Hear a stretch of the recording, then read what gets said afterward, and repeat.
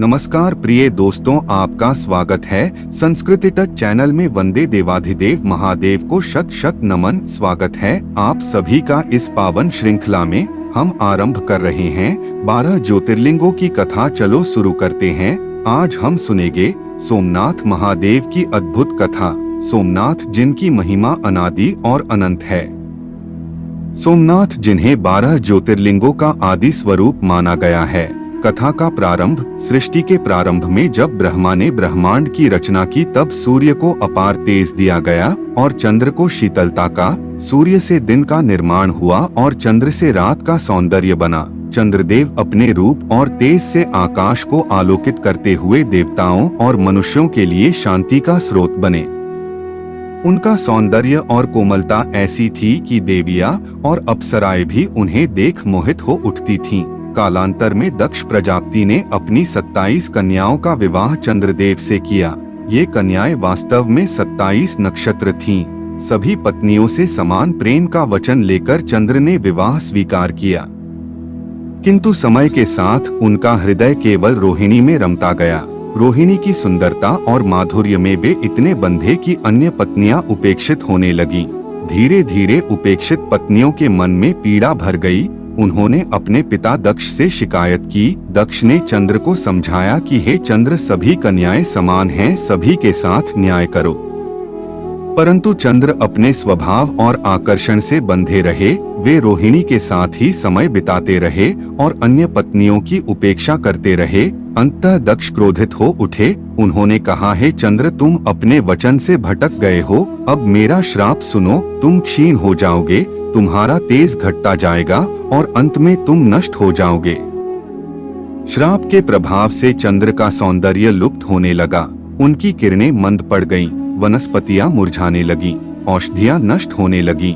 देवता और मनुष्य दोनों संकट में पड़ गए। रात्रि का आकाश अंधकारमय हो गया। सृष्टि का संतुलन बिगड़ने लगा। देवताओं ने मिलकर विचार किया कि अब क्या किया जाए।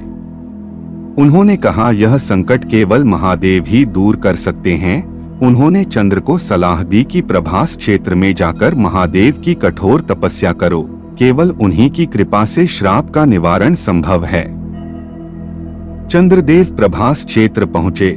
वहां समुद्र किनारे उन्होंने तपस्या आरंभ की। हजारों वर्षों तक वे उपवास और ध्यान करते रहे। उनका शरीर क्षीण हो गया, परंतु श्रद्धा अडिग रही। उन्होंने महामृत्युंजय मंत्र का निरंतर जप किया। समुद्र की लहरें उनकी तपस्या की ध्वनि के साथ गूंजती रहीं।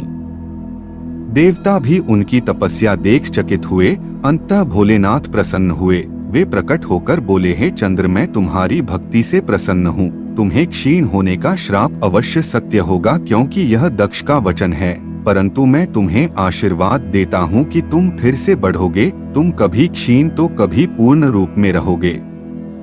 इस प्रकार कलाओं का चक्र स्थापित हुआ और चंद्रमास की तिथियों का क्रम बना। जहाँ महादेव प्रकट हुए वहीं ज्योतिर्लिंग की स्थापना हुई। चंद्र ने उसी स्थान पर महादेव की स्तुति की और कहा, आप ही मेरे नाथ हैं। सोम अर्थात चंद्र और नाथ अर्थात स्वामी। इस प्रकार महादेव बने सोमनाथ। सोमनाथ मंदिर की स्थापना स्वयं चंद्रदेव ने स्वर्ण से की।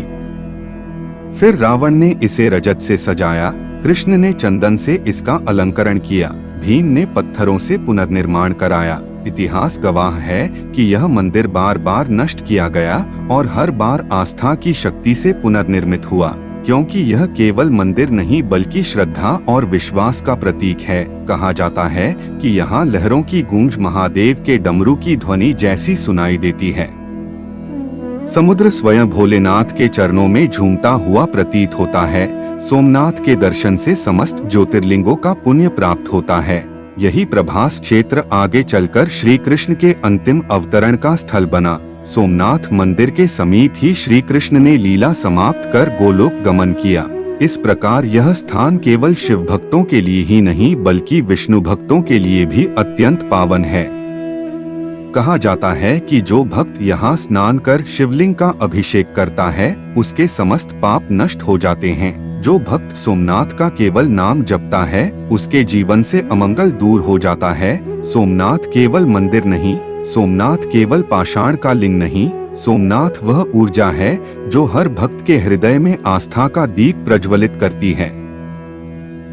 सोमनाथ वह ज्योति है जो अंधकार से उजाला लाती है। सोमनाथ वह अनादि गूंज है जो युगों युगों तक हर हर महादेव के रूप में सुनाई देती है। इस प्रकार चंद्रदेव को श्राप से मुक्ति मिली और संसार को संतुलन, महादेव बने सोमनाथ ज्योतिर्लिंग 12 ज्योतिर्लिंगों का प्रथम और आदि स्वरूप।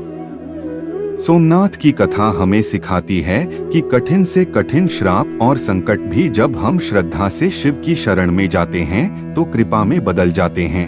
यही शिव की महिमा है, यही सोमनाथ का चमत्कार है। यदि आपको सोमनाथ ज्योतिर्लिंग की यह दिव्य कथा अच्छी लगी हो तो चैनल को सब्सक्राइब करना न भूलें। श्रृंखला का अगला भाग होगा मल्लिकार्जुन ज्योतिर्लिंग की कथा। महादेव की इस यात्रा में जुड़े रहिए। हर हर महादेव।